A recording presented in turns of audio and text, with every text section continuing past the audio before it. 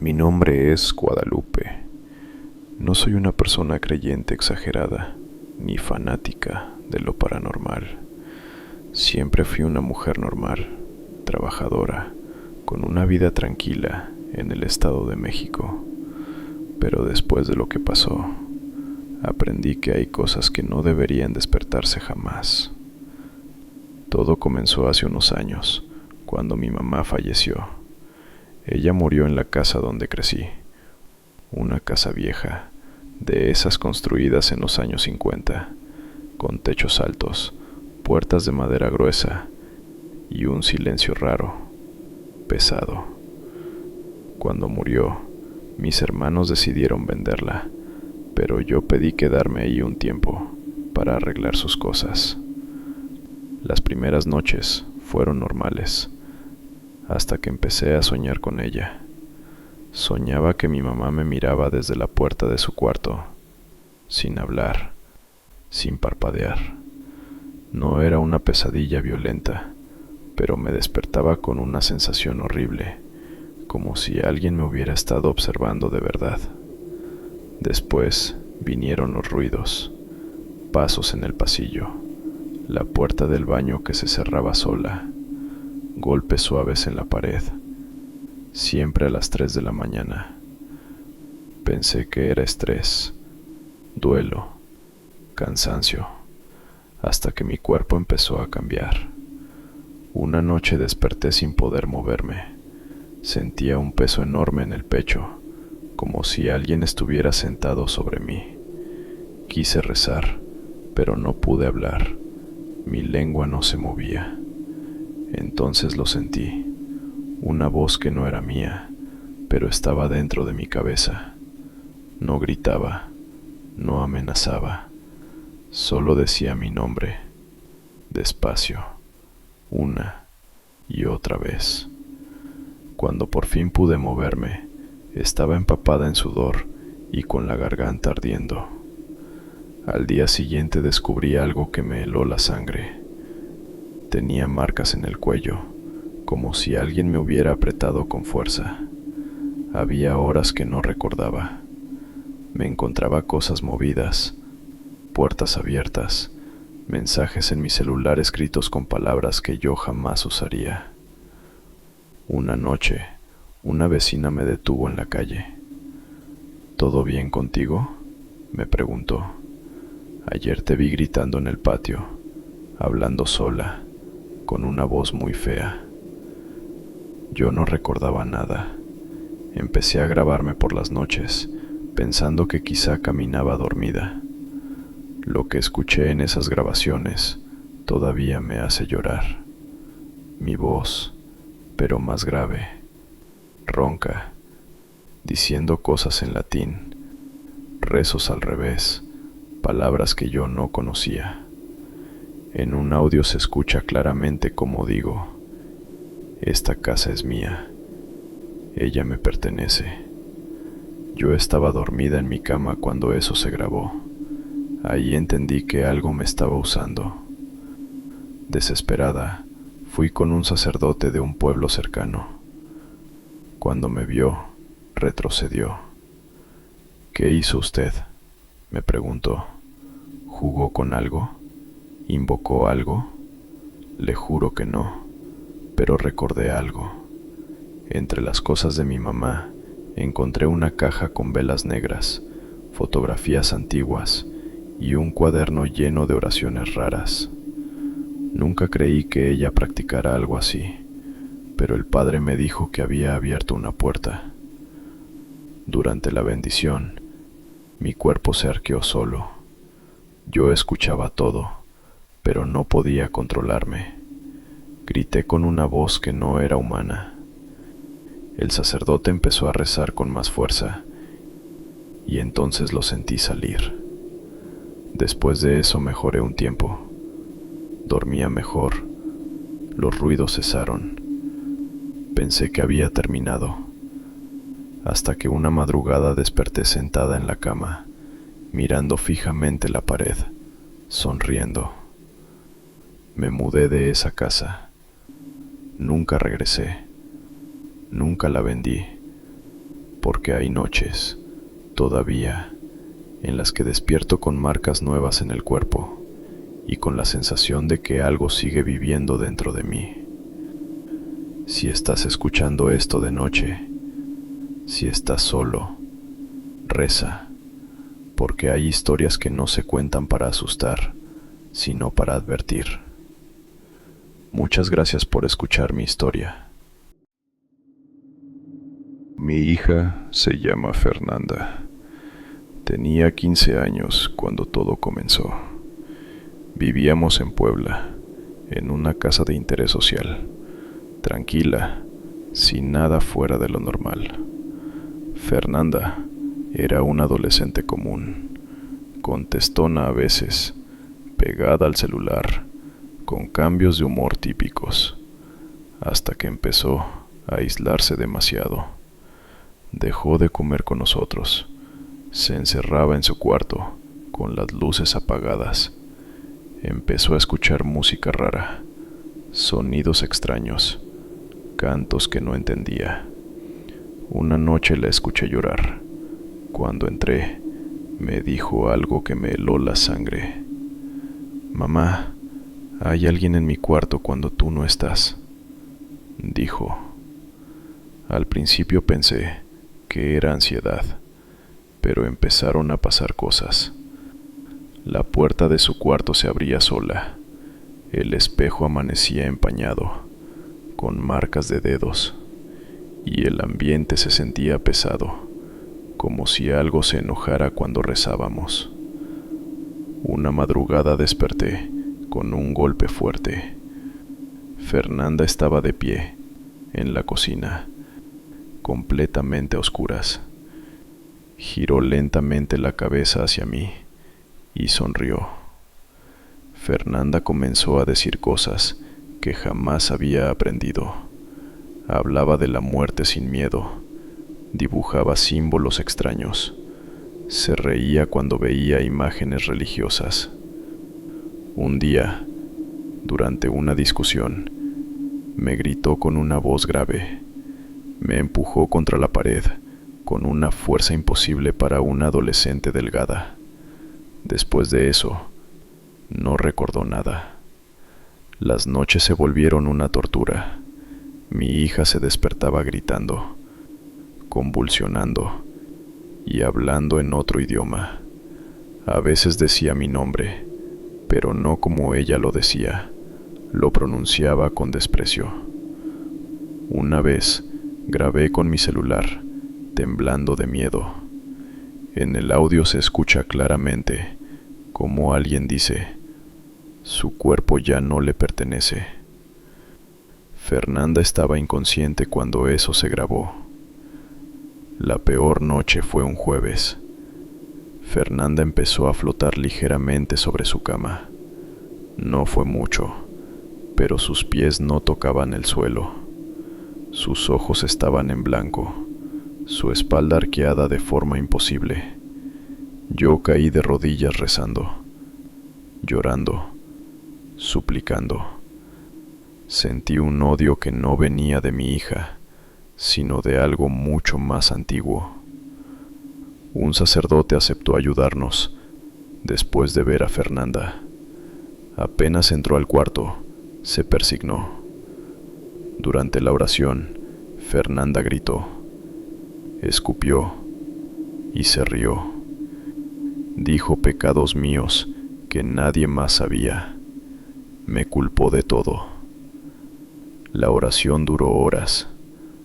Cuando terminó, Fernanda cayó dormida. El ambiente cambió. La casa volvió a sentirse normal.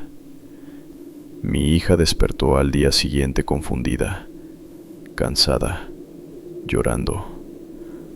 Nos mudamos poco después.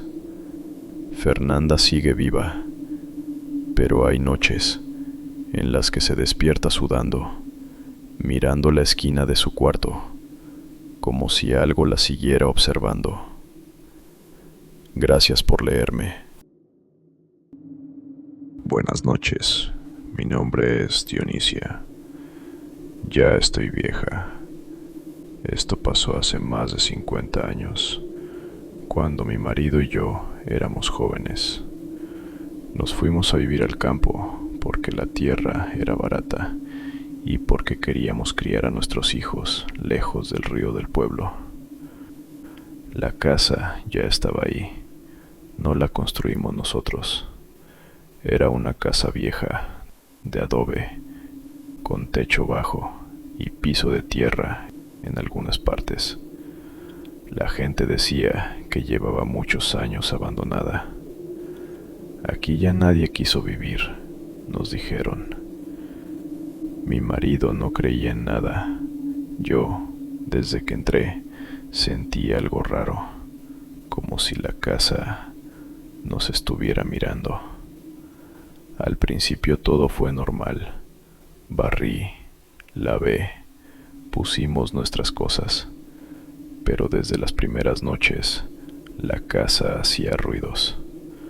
No como las casas viejas normales, no eran crujidos, eran pasos, siempre de un cuarto a otro. Mi marido decía que eran animales, hasta que una noche escuchamos que alguien arrastraba los pies, justo detrás de la pared donde dormíamos. A los pocos días pasó algo que me heló la sangre. Yo estaba en la cocina, sola, cuando escuché a mi marido llamarme desde el cuarto. Fui. No estaba. Él estaba afuera, en el corral. Esa fue la primera vez que la casa imitó su voz. Después imitó la mía, y luego empezó a imitarnos cuando no estábamos. Poco a poco, mi marido ya no era el mismo. Se quedaba mirando las paredes. Se levantaba de madrugada.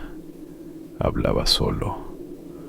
Una noche desperté y no estaba a mi lado. Lo encontré parado en la sala, en la oscuridad.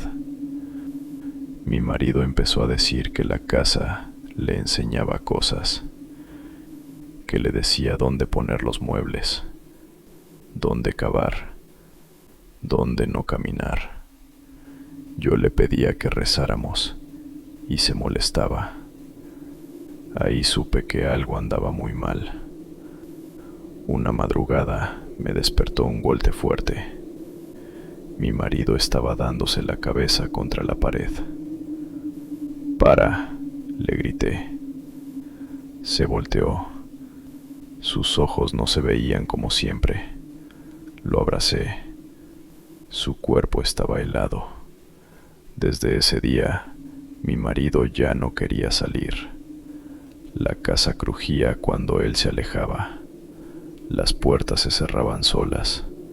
Las paredes parecían sudar. Y él empezó a dormir en el suelo, pegado a la pared, como si la casa lo necesitara cerca. Una noche lo escuché hablar con otra voz, grave. Le aventé agua bendita. Gritó, pero no como persona. Gritó como si la casa gritara con él. Las paredes vibraron. El techo tronó. Esa noche decidí irme. Agarré a los niños. Le supliqué a mi marido que viniera. Él se quedó sentado, tocando la pared. La casa crujió, como si estuviera de acuerdo. Me fui llorando. Nunca volví a dormir ahí. Mi marido murió meses después. Dicen que de una enfermedad, pero yo sé la verdad. Nunca salió de esa casa del todo. Hasta el último día hablaba de ella. La casa sigue ahí, abandonada, pero nadie se queda, porque esa casa no necesita personas. Necesita a alguien que se quede, y una vez que te escucha, ya no te suelta. Yo sigo rezando, no por la casa, por mi marido, porque estoy segura de que una parte de él nunca salió de esas paredes. Esa fue mi historia. Gracias por leerme. Mi nombre es Laura. Soy madre soltera y vivo en un pueblo pequeño del estado de Guanajuato. Mi hijo, Mateo, tenía 9 años cuando todo comenzó. Era un niño tranquilo, cariñoso, de esos que todavía duermen con la luz prendida y se abrazan a ti cuando tienen miedo. Hasta que algo entró en nuestra casa. La casa donde vivíamos perteneció a mis abuelos. Era vieja, con un patio largo y un cuarto al fondo que siempre se mantenía cerrado. Desde niña me dijeron que ahí no debía entrar, pero nunca me explicaron por qué. Cuando me separé del papá de Mateo, regresé a esa casa buscando refugio. Al principio todo parecía normal, pero Mateo empezó a decir cosas raras. Mamá, ¿por qué el niño del cuarto me mira feo? Pero no había ningún niño. Mateo comenzó a despertarse gritando por las noches. Decía que alguien se sentaba en su cama y le hablaba en el oído. Yo pensé que eran pesadillas, hasta que empecé a notar cambios en su comportamiento. Se volvió agresivo. Decía groserías que jamás había escuchado en mi vida. Me miraba fijamente, sin parpadear, durante minutos.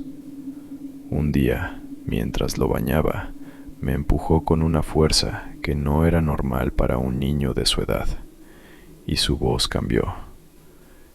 Yo salí corriendo del baño llorando. Una madrugada desperté porque escuché a Mateo hablando solo. Cuando entré a su cuarto, estaba sentado en la cama, mirando la pared, murmurando palabras que no entendía. Entonces giró la cabeza lentamente hacia mí. Sus ojos no parecían de un niño. Eran fríos, vacíos, como si alguien más estuviera mirando a través de ellos. Me sonrió, pero no era la sonrisa de mi hijo. Buscando respuestas, abrí por primera vez el cuarto del fondo. El olor era horrible. Encontré imágenes religiosas rotas, veladoras negras y un rosario quemado. También había un cuaderno viejo con oraciones escritas al revés. Mi abuela practicaba cosas que nadie quería mencionar. Entendí que algo se había quedado ahí, esperando, y había encontrado a mi hijo. La noche más horrible de mi vida ocurrió un viernes. Mateo empezó a convulsionar en el suelo. Su cuerpo se arqueaba de una forma imposible. Yo gritaba pidiendo ayuda mientras él reía. Reía con una voz profunda, adulta. Las luces se apagaron solas. Las puertas se cerraron de golpe. El aire se volvió helado. Yo solo abracé a mi hijo y lloré. Con ayuda de un sacerdote del pueblo, hicimos una oración de liberación. No fue como en las películas, fue peor. Mateo gritó hasta quedarse sin voz. Su cuerpo se elevó ligeramente del suelo. Yo sentí que algo me miraba desde dentro de él. Cuando todo terminó, Mateo cayó inconsciente. Despertó horas después y me abrazó. Nos fuimos de esa casa. Mateo mejoró, pero no volvió a ser el mismo. Hay noches en las que se despierta llorando, diciendo que alguien lo llama por su nombre desde la oscuridad. Y a veces, solo a veces, vuelve a mirarme con esos ojos, como si algo siguiera ahí, esperando.